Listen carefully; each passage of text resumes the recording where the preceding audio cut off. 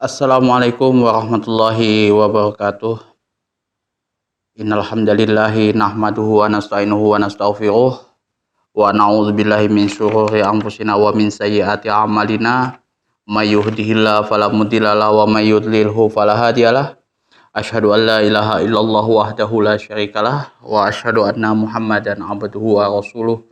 Allahumma sholli ala Sayyidina Muhammad wa ala ali Sayyidina Muhammad kama sholaita ala Sayyidina Ibrahim wa ala ali Sayyidina Ibrahim wa barik ala Sayyidina Muhammad wa ala ali Sayyidina Muhammad kama barakta ala Sayyidina Ibrahim wa ala ali Sayyidina Ibrahim fil alamin innaka Hamidum Majid. Rabbi shrah li sadri wa yassir li amri wahlul 'uqdatam min lisani yafqahu qawli amma ba'du. Hadirin hadirat jamaah kaum muslimin wal muslimat yang dirahmati oleh Allah Subhanahu wa taala. Ya, kali ini kita akan membahas tentang hadis nomor 327 ya, bagaimana kita mencontoh salat Rasulullah Shallallahu alaihi wasallam ya di masih momentum lebaran ya kan. Di bulan Syawal ini ya kan, alangkah baiknya kita ya introspeksi lagi ya kan, amalan-amalan apa lagi yang mesti harus kita benahi ya kan. Pada saat kita kemarin di bulan-bulan Ramadan ya kan, semua amal ibadah itu ya apapun itu ya kan sudah bull semua kayak gitu kan, udah naik semua posisi uptrend semua ya kan. Itikaf, baca Quran, kemudian tarawih, sholat yang lain sudah otomatis sudah itu dikerjakan kayak gitu kan. Nah, di masa lebaran ini kan banyak kadang orang ya kayak saya pribadi pun merdeka gitu kan. Makanya ya behavior manusia itu ya, orang Islam biasanya kalau saat kayak gini nih naik kayak gitu, langsung biasanya ya turun lagi kayak gitu kan, jadi kayak saham gorengan jadinya kayak gitu. Biasa landai di tanggal 1 Ramadan naik kayak gitu. Habis itu sampai tanggal 30 lagi turun. Langsung titik terendah lagi kayak gitu. Itu sudah otomatis bisa diperkirakan nyangkut di neraka sudah kalau kayak gitu ya kan. Sudah nauzubillah summa nauzubillah min zalik. Itu ya kalau misalkan ini ya kan, ya walaupun ya behavior manusia itu ya sama halnya dengan apa yang ada di market dengan yang ada di di dalam beribadah, itu ya kurang lebih sama kayak gitu. Kadang dia bull gitu, naik dia posisi uptrend, kadang dia ada retracement, turun sebentar naik lagi, ada yang kayak gitu. Tapi posisi mungkin uptrend itu jauh lebih bagus. Nah, kadang di satu sisi juga sudah posisi sideways kayak gitu, sudah landai, kemudian ada masa daya titik jenuhnya, turun lagi. Ya, kalau bisa pada saat turun itu kita harus punya titik support, jangan sampai terlalu jauh, nanti ujung-ujung kayak misal contoh kasus koin Luna kayak gitu, betul-betul sampai di bawah kayak gitu kan, yang mulai dari 1.400.000 1 jutaan jadi 500 perak kayak gitu. Nauzubillah min dzalik, kalau misalkan ya perilaku manusia bisa sampai seperti itu ya kan. Kalau bisa ya jangan sampai lah, misal begitu udah naik langsung turun kayak gitu ya kan. Habis daripada bulan Ramadan ya sudah langsung landai lagi gitu. Tuh, nauzubillah summa nauzubillah min zalik. Ya, jadi kita mesti harus introspeksi lagi, kemudian kita berbenah diri lagi kayak gitu kan, apa yang mesti kurang, yang mesti harus kita benahi supaya kita bisa menjadi hamba Allah yang bertakwa seperti itu. Ya. Kita lanjut. Wa an Malik bin al-Khuwairisi radhiyallahu anhu qala Rasulullah sallallahu alaihi wasallam sallu kama ra'aitumuni usolli rawahul Bukhari. Wa an Malik bin al-Khuwairisi, dari Malik ibnu Khuwairisi radhiyallahu anhu, semoga Allah meridhoi atas beliau, qala, telah berkata, qala Rasulullah sallallahu alaihi wasallam, telah bersabda Rasulullah sallallahu alaihi wasallam, sallu, salatlah kalian, kama ra'aitumuni, sebagaimana kalian melihat aku salat, sebagaimana kalian melihat aku usolli, salat. Rawahul Bukhari. Hadis ini diriwayatkan oleh Al-Imam Bukhari. Ya. Jadi kita selaku istilahnya umat daripada Rasulullah Shallallahu Alaihi Wasallam harus mencontoh daripada Rasulullah Shallallahu Alaihi Wasallam, yang mana di sini ditunjukkan itu dalam sholat. Nah, sholat ini juga nggak terbatas dalam sholat, semuanya juga nanti akan kita bahas di makna keseluruhannya. Nah, hadis ini merupakan suatu pokok yang besar di antara pokok-pokok dalam Islam. Karena di dalamnya dijelaskan bahwa wajib mengikuti semua perbuatannya dan ucapan Rasulullah Shallallahu Alaihi Wasallam. Allah Subhanahu Wa Taala berfirman, memerintahkan kepada kita selaku umatnya Rasulullah Shallallahu Alaihi Wasallam untuk melakukan hal tersebut, yaitu termaktub di dalam surah Al-Ahzab ayat 21, laqad kana fi Rasulillahi uswatun hasanah, ya.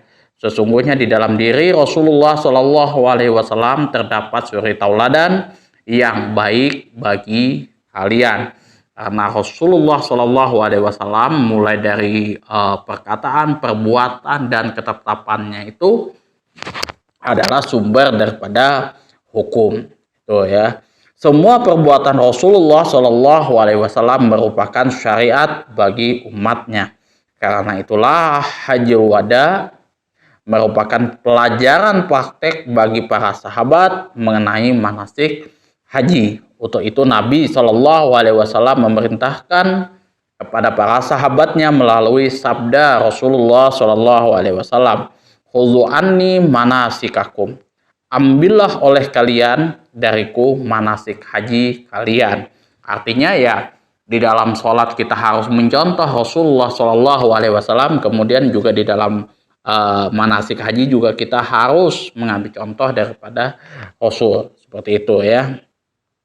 Gak bisa syariat kita buat-buat sendiri gitu kan, itu semau-mau kita sendiri. Makanya ulama itu menetapkan adanya bid'ah ya. Itu kalau misalkan Rasulullah Shallallahu Alaihi Wasallam tidak perintahkan, tidak ajarkan, tidak amalkan suatu perbuatan, terus kemudian ada di generasi setelahnya hal yang tidak ada, kemudian itu ada menyerupai syariat, nah, itu sudah masuk dalam kategori bid'ah itu ya. Dan ini pun juga ada perbedaan-perbedaan, baik itu dari sisi istilah dan penetapannya itu dari sudut pandang masing-masing itu ya. Kemudian Nabi Shallallahu Alaihi Wasallam bertugas sebagai juru penyampai daripada Allah Subhanahu Wa Taala, dan beliau dimaksum ya. Ya, jadi kalau maksum itu artinya semua dosa beliau mulai dari yang terdahulu sampai yang sekarang itu sudah dijamin oleh Allah Subhanahu Wa Taala, sudah diampuni oleh Allah Subhanahu Wa Taala, dan beliau ini pasti masuk surga itu karena ya beliau inilah yang nanti memberikan syafaat kepada kita. Maka tidaklah heran apabila semua perbuatannya merupakan syariat agama dan penjelasan dari apa yang global di dalam Al-Quranul karim. Contoh aqimus sholah wa atuz zakah. Caranya sholat dan zakat adanya di dalam hadis seperti itu. Kemudian perintah haji gitu. Wal hajjul baiti man istata'a ilaihi sabila itu. Nah, haji seperti apa yang ada di dalam Al-Qur'an itu adanya di hadis itu. Makanya kalau misalkan kata Imam Abu Hanifah, kalau misalkan seandainya tidak ada hadis, maka kita tidak akan bisa memahami Al-Quran secara keseluruhan. Itu pentingnya hadis. Maka wajib mengikuti Nabi Shallallahu Alaihi Wasallam dalam perkataan, perbuatan, kecuali hal-hal yang khusus bagi diri beliau, ya, atau hal-hal yang akhirnya dimansuh, sebab para sahabat tidak mengambil kecuali hanya hal yang paling akhir dari beliau, ya. Jadi ada yang khusus bagi Rasulullah Shallallahu Alaihi Wasallam. Contoh misal menikah lebih dari 4, itu khusus bagi Rasulullah Shallallahu Alaihi Wasallam, tidak berlaku untuk umatnya. Contoh lagi menerima wahyu, kemudian apalagi beruzlah dan lain sebagainya, itu sifat khususiyah daripada Rasulullah Shallallahu Alaihi Wasallam, tidak berlaku untuk umatnya. Kemudian juga ada yang dimansuh, nasih dan mansuh itu, ya. Hukum yang dimansuh itu artinya hukum itu sudah tidak berlaku lagi itu, ya. Contoh kayak misal membunuh anjing, ya. Membunuh anjing itu sudah dimansuh, kemudian diberi keringanan bahwasanya anjing-anjing yang yang mempunyai skill kayak gitu, ya kan, untuk menjaga rumah, menjaga kebun dan lain sebagainya, itu yang boleh dipelihara. Lebih daripada itu tidak boleh untuk dipelihara, tapi bukan untuk dibunuh kayak gitu, ya. Itu dimansuh, bukan ayatnya yang dihapus, ya. Bukan ada wacana kemarin bahwa ayat Al-Quran itu kalau bisa ya 300 ayat mungkin dihapus lah kayak gitu, karena ada beberapa ayat yang ibarat kata kalau bagi mereka itu yang yang rasis lah mungkin terhadap agama-agama yang lain. Mohon maaf, kalau misal ini kita pakai logika aja, kalau misal satu ayat itu dihapus itu, maka yang namanya orang Islam di Indonesia secara keseluruhan di mata ulama-ulama luar negeri itu dijadikan agama yang sudahlah keluar daripada Ahlus Sunnah wal Jamaah. Pasti kita dijadikan dijadikan bahan bulian dari ulama-ulama di luar negeri kayak gitu kan. Sudah cukup lah, sudah misalkan kata mereka tuh bansos dikorupsi, apa segala macam dikorupsi kayak gitu, dana haji dikorupsi, apa segala macam dikorupsi kayak gitu. Ini pula ayat Al-Quran juga hilang lagi, dikorupsi juga. Itu nanti jadi bulan-bulanan umat-umat Islam yang lain, di mana kita pasang muka kita kan ke hadapan orang kayak gitu. Karena merubah ayat Al-Quran itu nggak segampang membalik telapak tangan kayak gini itu, karena ayat Al-Quran itu hukumnya mutawatir dan semua orang dari Sabang sampai Merauke tahu kalau misalkan ayat itu bermasalah, ada kurangnya, baik itu satu harokat, apalagi misal seperti sebagaimana yang diwacanakan itu ada 300 ayat kalau tidak salah. Wow, itu wow banget itu kalau sampai ada yang bisa menghapus kayak gitu, ya kan. Itu hal yang nggak masuk akal gitu.